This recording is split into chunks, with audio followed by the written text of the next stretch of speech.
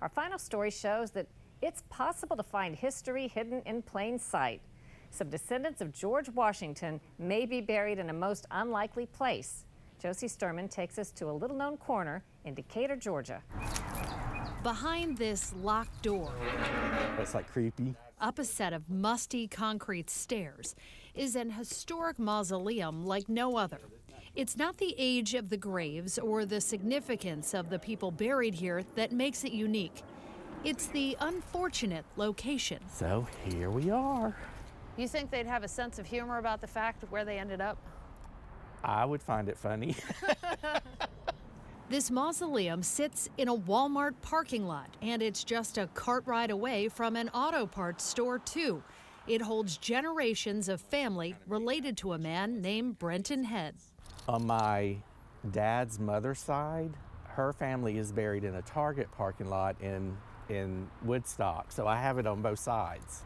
On this side, it's the Crawley Mausoleum in Decatur, Georgia, with graves that date as far back as the early 1800s. Brenton's family owned this land for decades.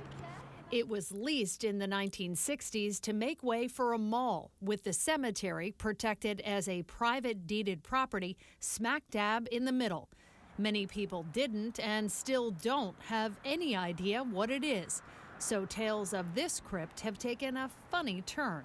This was the tomb of the unknown shoppers. The solo stone structure has been a thing of mystery for years. Overgrown, both tucked away and in plain sight, it's drawn the curious, the daring, and sometimes destructive. We've actually had homeless people living in and in front of the cemetery. We've actually walked up on people up on top having sex in the cemetery. So we try to keep it locked up, but this door gets broken into about once a month. Security is something new here. So is the family connection. Brenton and other family members found each other on Facebook a couple years ago. They started organizing regular cleanup parties. When we first came up here in the beginning, this was like 2015, this whole top looked like jungle. Together, they cleared away the brush that covered up this link to their past. But the family hasn't been able to clear up some lingering questions. No one knows exactly how many are buried here and in which spots. But DNA did tell them this place has some famous ties. These graves in some way connect to George Washington's family. George Washington's brother, Samuel, is my 10 times great-grandfather on my mother's father's Crowley's side.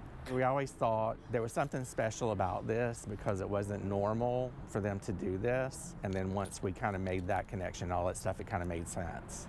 It's hard to make sense of seeing something so old, so revered, sitting in the center of a place so commercial.